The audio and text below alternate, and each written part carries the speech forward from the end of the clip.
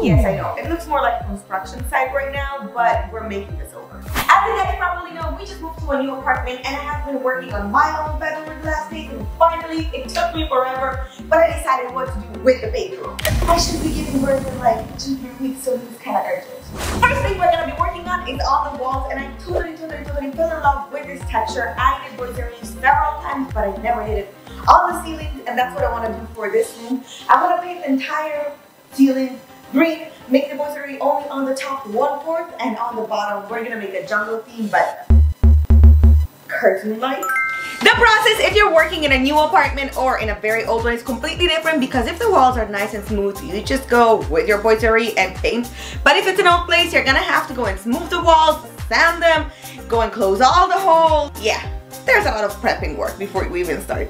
Once the walls are in a decent state, you can finally go in and measure the dimensions that you want for your Boiserie. I wanted 50 centimeters from the ceiling down, because we are going from the ceiling, not from the floor like it's usually done. I simply went and measured 50, 50, 50, 50, so that after that I marked it with a pen everywhere, I could just take out the tape, go and place it in all the little lines that I drew before, and it was a perfectly straight line. I will tell you now about the best hack you've ever seen in your life. I've talked about this even in the past, but if you don't know it, before painting with the right color, if you want to do half walls, shapes on the wall, drawings on your wall, it is important that first you go with the base paint that you had on the tape instead of directly with the color that you want to do. In this video over here, I show you literally the difference. In one case, I passed the white before the orange. In the other case, I directly went with the orange, and the lines are completely different. One is perfectly sharp, the other one isn't. And that is literally why I'm doing this all over my wall before passing with the green.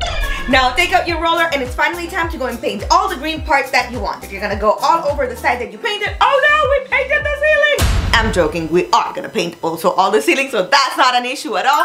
Cover all the part that you want in the second color, and we're ready for the next step. Yeah.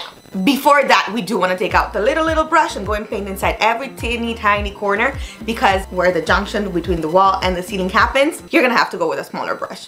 This is the most satisfying thing in the world. Taking away the tape and finally seeing how crisp and perfect your lines are is unpriceable.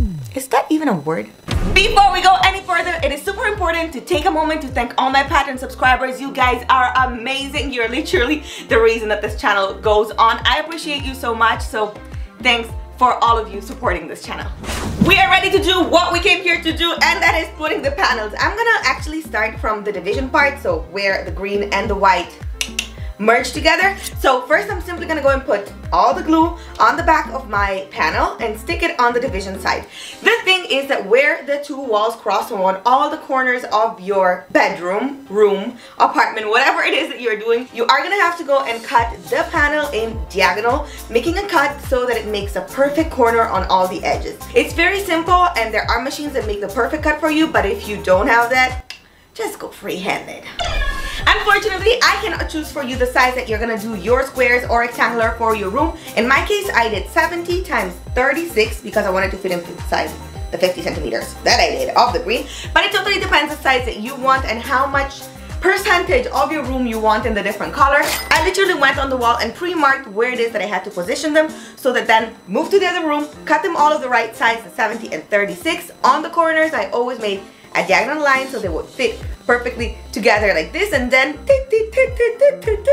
went in and placed them in super easily.